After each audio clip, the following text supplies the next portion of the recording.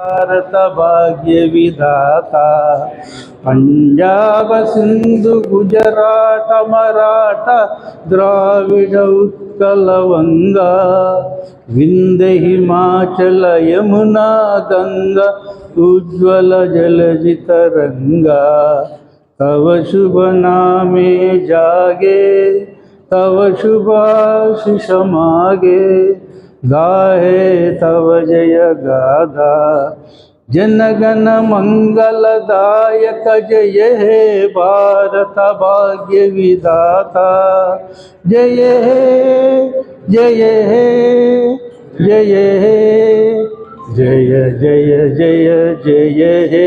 बोलो भारत माता की जय, बोलो लीगल सर्विस अथॉरिटी की जय, बोलो जाहिद भाषा జడ్జి గారికి యశ్వచ్ నారాయణ గారికి థ్యాంక్ యూ. మీరు చక్కటి విషయాలు పొందుపరిచి వాళ్ళు ప్రభుత్వం ద్వారా ఏ బెనిఫిట్స్ పొందాలి, వారి పిల్లలకు జీవితం ఏ విధంగా బాగుపడాలనే విషయం చెప్పారు.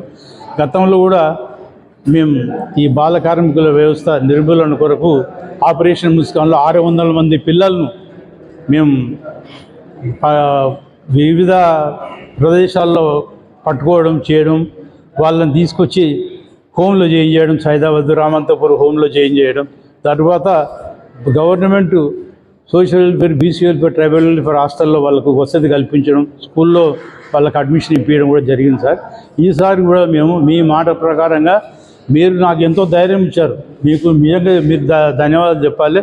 మీ అందరి పిల్లలు, మీకు చదువుకునే పిల్లలు, నేను వస్తాను జూన్ 12 రోజు నేను ఇక్కడికి వస్తా.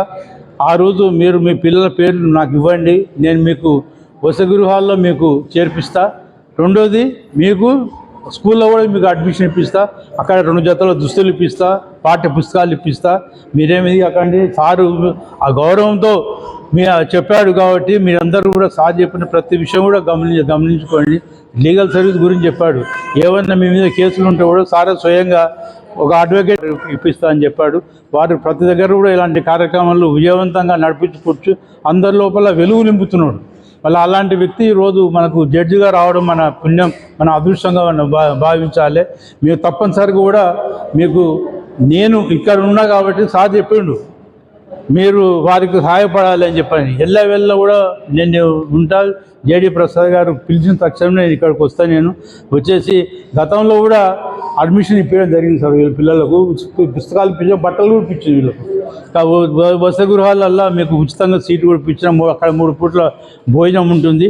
కాబట్టి మీకు దయచేసి మీరు సద్వినియోగం చేసుకోండి. మీ పిల్లలను ఇదే రేపు మేము లేబర్ అయిపోయి మీరు లేబర్ కానీ అని చెప్పి అనకండి. వాళ్ళకు కూడా చదువు సందులు నేర్పించేసి, మీరు కార్మికులు ఉండవచ్చు, వాళ్ళు ఒక అధికారిగా ఇది కావాలి. ఇక్కడ ఉన్న వాళ్ళు మేమంతా కూడా ఒకప్పుడు స్కూల్లో ప్రభుత్వ స్కూల్లో చదువుకొని ఈరోజు మేము ఈ స్థాయిలో ఇక్కడ కూర్చున్నాం అని చెప్పి అంటే అది ఒక పట్టుదల, తల్లిదండ్రులు ఇచ్చినటువంటి ఒక పట్టుదల మాకు వచ్చింది కాబట్టి మేము ఈరోజు ఈ స్థాయిలో ఉన్నాము.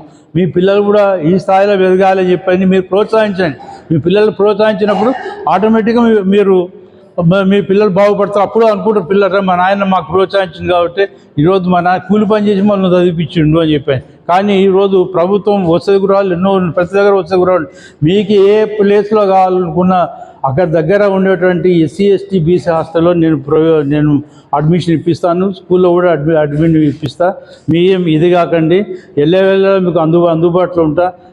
ఇలాంటి కార్యక్రమం ఇది 2వసారి మేము చేయడం. ఇక్కడ 2 సంవత్సరాల కింద చేశాము, మళ్ళీ ఇక్కడ చేస్తున్నాం. ఇంత పెద్దగా కార్యక్రమం వారి జడ్జి గారు ఆధ్వర్యంలో జరగడం అంటే జడ్జి గారు ఒక అందరికీ కూడా వారు వచ్చినటువంటి ప్రేరణ ఇది. నేను ఒక్కడిని ఇది కాదు వచ్చేదో చేయాలని కాదు, వారు ఇచ్చే ప్రేరణ అది నిజంగా కూడా మర్చిపోలేను.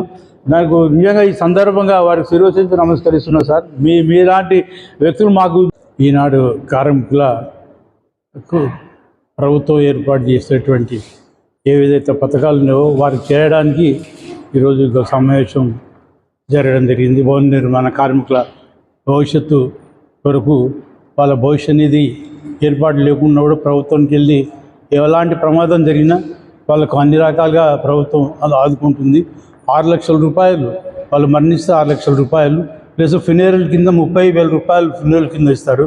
అలాగే వాళ్ళ కుటుంబంలో వాళ్ళ కూతురు డెలివరీ అయితే అంటే వాళ్ళకి 30,000 రూపాయలు 2 పర్యాయాలు వాళ్ళు ఇద్దరు పిల్లల వరకు, ఇద్దరు ఆడపిల్లల వరకు 2 పర్యాయాలు వాళ్ళు డెలివరీ టైంలో 30,000 ప్రభుత్వం చెల్లిస్తుంది. వాటిని నమోదు చేసుకోవాల్సింది వాళ్ళ పేరు ఈ సేవ కేంద్రానికి వెళ్ళేసి వాళ్ళ పేరు నమోదు ఫామ్ ఫిల్అప్ చేసేసి వాళ్ళ ఫోటో, తర్వాత ఆధార్ కార్డు, తర్వాత బ్యాంక్ పాస్బుక్ మొదటి పేజీ వాళ్ళకి ఇచ్చినట్లయితే అంటే వాళ్ళకి ఎలాంటి ప్రమాదవశాలు జరిగినా కూడా వాళ్ళ అకౌంట్లో 6,000 లక్షల రూపాయలు పడిపోతాయి.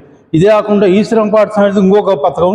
ఈ శ్రమ్ కార్డులో వాళ్ళు బయట తిరిగేటప్పుడు ఏ ప్రమాదం తిరిగినా కూడా ప్రధానమంత్రి నుంచి వాళ్ళకు 3 లక్షల రూపాయలు 2 లక్షల రూపాయలు వాళ్ళకు అకౌంట్లో పడుతుంది.